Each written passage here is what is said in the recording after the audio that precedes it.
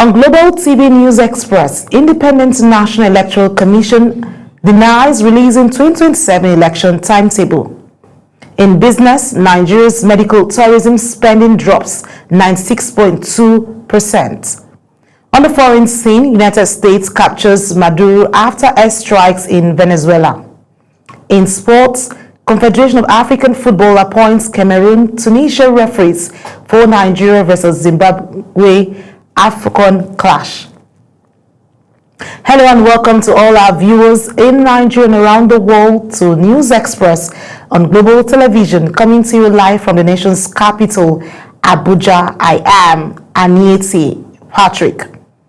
A quick reminder that Global Television is on DSTV channel 365 and Star Times channel 276. The Independent The Independent National Electoral Commission (INEC) has dismissed reports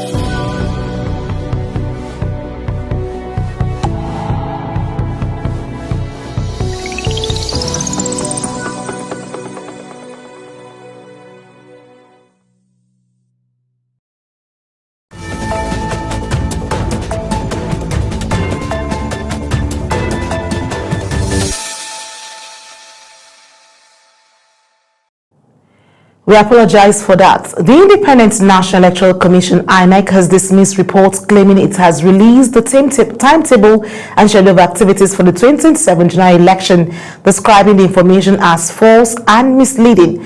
In a statement by the Chief Press Secretary to the INEC Chairman Adedayo Oketola, the Commission said it operates strictly within the law, noting that Section 28, Subsection 1 of the Electoral Act 2022 requires notice of election to be published not later than 360 days before the poll. INEC assured Nigerians that the official timetable would be released in due course through its verified channels and urged the public to disregard the fake reports. A faction of the African Democratic Congress loyal to its national chairman Nafiu Gombe has released guidelines for its congresses and national convention for the 2025-2026 political year. The faction disclosed that its National Working Committee convention is scheduled to hold between February 13th and 15th, 2026 as part of efforts to strengthen internal democracy and reposition the party. The announcement comes after the faction disowned and reported defection of former Labour Party presidential candidate Peter Obi, insisting the registration violated the party's constitution. The National Association of Resident Doctors (NAD) will resume its total, indefinite and complete strike from 12 a.m. on Monday, January 12, citing the federal government's failure to fully implement a previously signed memorandum of understanding. The association said the action, tagged "No Implementation, No Going Back," will include center-based protests across hospitals and press briefings by leaders of its 91 centers, following resolutions from an emergency National Executive Council meeting. NAD warned the strike will only end after government meets outstanding demands, including salary and promotion arrears, reinstatement of dismissed doctors, and full implementation of professional and specialist allowances. The Chief of Naval Staff Vice Admiral Idi Abbas has commended troops of Operation Hadi Kai for their courage and resilience in safeguarding the nation. According to a statement by the Joint Task Force spokesperson, Lieutenant Colonel Sani Uba, Abbas gave the commendation during a visit to the operations headquarters in Maiduguri, where he conveyed President Bola Tinubu's appreciation for their operational successes. The naval chief emphasized the importance of joint military operations, noting that collaboration enhances efficiency and strengthens national security. The Niger State government has approved the reopening of selected public and private schools across the state from Monday, January 12, 2026, following security assessments and consultations. The decision, announced in a statement by the Commissioner for Basic and Secondary Education, Hadiza Mohammed, was approved by Governor Umaru Bago to ensure continuity of learning while prioritizing safety. The government said only schools in secure areas will resume, with the full list to be released on the resumption date. The federal government has intensified its efforts to address decades of environmental degradation and pollution-related health challenges in Ogoniland, with moves to operationalize the Ogoni Specialist Hospital. The initiative, being implemented through the Hydrocarbon Pollution Remediation Project, HYPREP, represents a critical link between environmental remediation and public health recovery in the oil-polluted Niger Delta region. Environmental correspondent Ubong Usoro tells us more. Ogoniland in Nigeria's Niger Delta is one of the regions most impacted by decades of oil exploration, environmental pollution, and repeated ecological disasters, with lasting consequences for human health and livelihood. As part of government environmental justice efforts, the Technical Planning Committee on the Operationalization of the Ogoni Specialist Hospital has submitted its report to the Hydrocarbon Pollution Remediation Project, HYPREP, at the Project Coordination Office in Port Harcourt, Rivers State. The committee comprises seasoned health professionals drawn from within and outside Ogoniland. Their mandate was to develop a comprehensive and environmentally responsive operational framework to ensure the sustainable running of the hospital upon completion. Chairperson of the Technical Planning Committee, Christy Mato, says the establishment of the Ogoni Specialist Hospital is a direct response to the long-term health impact of environmental pollution resulting from years of oil exploration in Ogoniland. Ogoniland, like we know, has been exposed to prolonged oil contamination that has limited water sources, soil, and air. The consequences have caused a complex mix of direct environmental poisoning and socio-economic issues. Project coordinator of HYPREP, Nedi Barini Zabi, disclosed that the construction of the Ogoni Specialist Hospital has reached 78.2% completion, noting that the technical committee was established to provide a clear and sustainable operational pathway for the facility. The Ogoni Specialist Hospital is a central component of the multi-layered public health interventions being implemented by HYPREP in Ogoniland. Zabi added that when completed, the Ogoni Specialist Hospital will serve as a federal government-driven referral hub, providing specialized healthcare services, reducing dependence on distant urban hospitals, and strengthening environmental and public recovery. As Ogoniland continues on a path of environmental restoration, health rehabilitation, and improved quality of life. Ubong Usoro for Global Television. The Nigerian Meteorological Agency, NIMET, has forecast dust, haze, and sunshine across the country from Saturday to Monday, sunny and hazy. The agency also predicted isolated thunderstorms with light rainfall over parts of the south later in the day. The first Friday of 2026 set the tone for the year ahead as worshippers across the Federal Capital Territory gathered for Jumat prayers, reflecting on faith, unity, and responsibility in a time of growing challenges and renewed hope. At the Central Mosque, the sermon delivered a clear message: spiritual renewal must translate into action. Sadia Yakubu tells us more. The first Jumu'at of the year is more worshippers listened as the Imam delivered a sermon. Worshippers listened as the Imam delivered a sermon focused on renewal, resilience, and purposeful living in the year ahead. With the festivities of the holiday season behind them, the message was firm and direct. Faith must guide conduct, decisions, and service to humanity, especially in uncertain times. The Imam reminded the congregation that a new year presents a divine opportunity to cleanse the heart, correct one's path, and recommit to righteousness. He stressed gratitude, self-reflection, and obedience to Allah as foundations for personal and collective growth. These 12 months of the year differ in accordance with the understanding of people. Worshippers echoed the message, noting that the sermon served as a timely reminder to strengthen faith, improve character, and remain mindful of responsibilities to God and society. Brothers and sisters in Islam, as well as our neighbors, let us know that Nigeria is our country. It is our duty to protect this country of ours, to do all what we can to make sure we coexist among ourselves. As the prayers concluded, worshippers left with a renewed sense of purpose, determined to bring the year grounded in faith, unity, and service. Sadia Yakubu, reporting for Global Television News. Festivities in Abuja continue as many usually busy roads remain dry, with limited vehicular movement and fewer people on the streets. Correspondent Ubong Usoro reports that many residents are still spending quality time with family and friends. Say the weather can influence the mood, but in Abuja, residents remain in celebratory spirit as New Year festivities continue. Old streets across the Federal Capital Territory show reduced traffic, a clear sign of the holiday period. Speaking with Global Television, Abdurrahman Mohammed said many residents are still visiting family and friends and gathering at relaxation spots to enjoy the new year. Yes, usually it's not a working day, it's a day people are supposed to rest. Some residents say the reduced traffic and dry roads have made movement easier for those with vehicles, although it has been a bit difficult for people waiting for taxis to find transportation. People are still celebrating the new year. This is a new year season, and several Abuja residents have traveled out.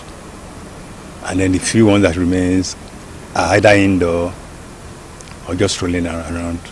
As the New Year celebration continues, Abuja residents remain hopeful and optimistic that by Monday, activities will be back to normal. But for now, the celebration continues. Ubong Usoro for Global Television News. Lagos State Governor Babajide Sanwo-Olu has confirmed that 8 persons died in the Christmas Eve fire incident at the 22nd story Great Nigeria Insurance Building on Lagos Island. During a visit to the site, the governor said 13 persons were rescued alive, while 5 victims have been identified and 3 others remain unrecognizable pending DNA tests. Sanwo-Olu ordered safety assessments of surrounding structures and warned that buildings failing integrity tests would be demolished. Kidnappers holding the Oniwo of Afin Oba Simeon Olanipekun, his son, and other residents in Kwara State have demanded a total ransom of 450 million naira for their release. The Kwara South Joint Community Security Watch Network coordinator Olaitan Oyin Zube confirmed that 150 million naira was demanded for the monarch and his son, while 300 million naira was requested for 8 other adoptees. The monarch was abducted on December 31st when gunmen invaded his palace in Ifelodo local government area. The Ondo State Police Command has arrested 2 suspected ritualists in Ile Oloju town following intelligence-led operations by its SWAT tactical team. Police spokesperson Abayomi Jimo said the suspects, a 53-year-old woman and her 28-year-old son, were arrested while a 10-year-old boy allegedly intended for ritual use was rescued. Jimo added that suspects are in custody and will be charged to court after investigations. You're watching the live broadcast of News Express. When News Express returns, United States captures Maduro after airstrikes in Venezuela. Details coming shortly, plus business and sports stories on the other side of this break. Please stay with us.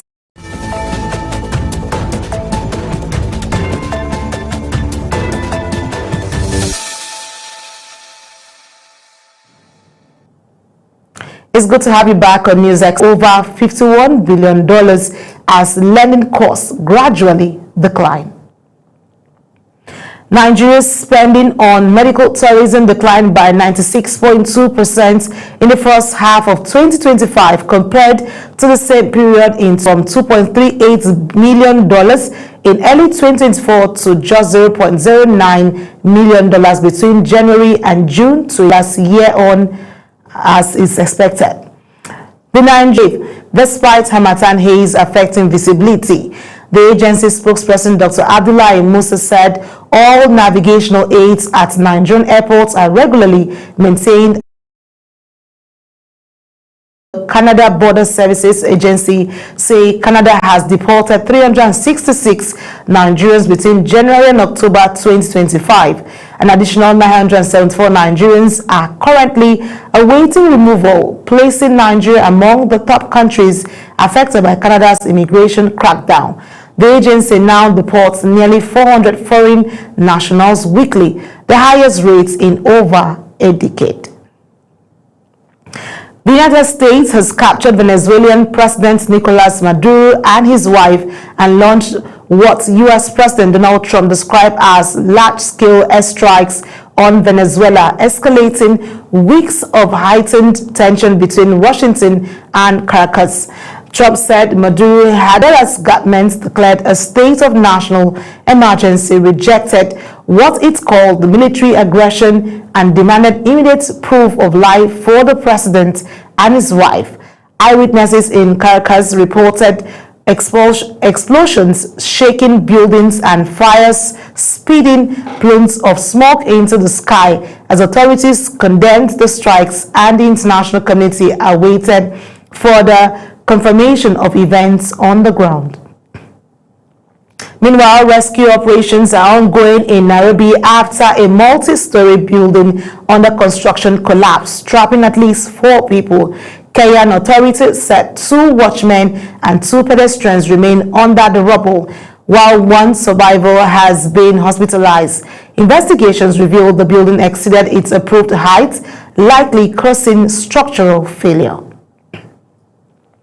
Israel says that 7 humanitarian agencies supplying aid in Gaza have not met a deadline to meet security and transparency standards, stating that they would be banned from the territory despite an international outcry. The international non-governmental organizations, which had been ordered to disclose detailed information on the Palestinian staff, will now be required to cease operations by March 1st this year. Uyi Agumofegbe brings us more. The United Nations has warned that the action will worsen the humanitarian crisis in the war-ravaged Palestinian territory, with several NGOs saying the requirements contravene international humanitarian law or endanger their independence. Teresa Leibowitz, Deputy Director of Physicians for Human Rights Israel, believes that implementation of these regulations and adding additional obstacles on the affected organizations is part of efforts to weaponize the delivery of aid as part of a broader systemic dismantling of civilian life in Gaza. On the people of Gaza, it has a direct effect. It means that international organizations that have expertise, that are known around the world for providing humanitarian aid, that have expertise in Gaza itself, that have the trust of the community there, that have connections, will no longer be able to do what they have done. Israel says the new regulation aims to prevent bodies it accuses of supporting terrorism from operating in the Palestinian territories.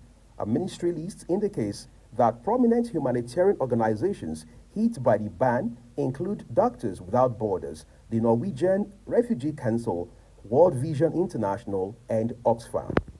In Doctors Without Borders' case, Israel accused it of having 2 employees who were members of Palestinian militant groups Islamic Jihad and Hamas. Uyi Agumofegbe, reporting for TV News. And in sports, the Confederation of African Football has appointed a mixed officiating team of 3 Cameroonians and 2 Tunisians for Nigeria's round of 16 clash with Mozambique at the ongoing African Cup of Nations 2025 in Morocco, with Abdul Abdel Mafaya named as center referee.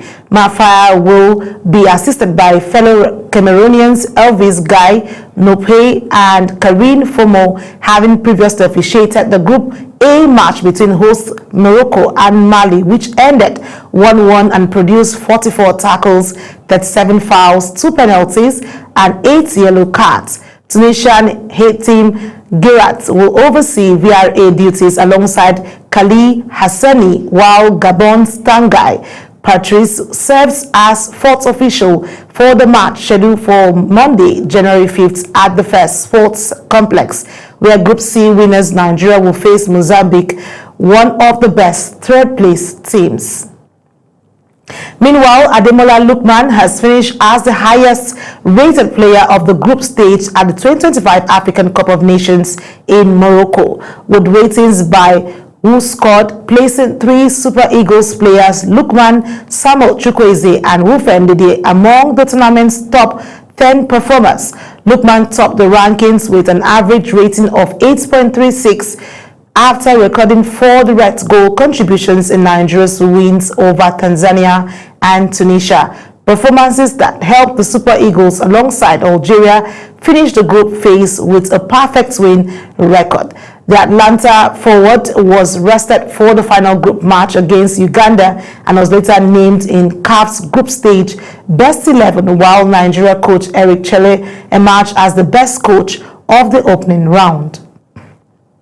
A Shagamu Magistrate Court has adjourned until January 2026 the case against Adeni Mobolaji Kayode, the driver involved in the accident that killed 2 close associates of former heavyweight boxing champion Anthony Joshua. The Ogun State Police Command said Kayode was arraigned on Friday over the December 29, 2025 crash near Danko along the Lagos-Ibadan Expressway, which claimed the lives of Kelvin Lateef Ayodele, 36, and Shino Gami, 36, both members of Joshua's training team.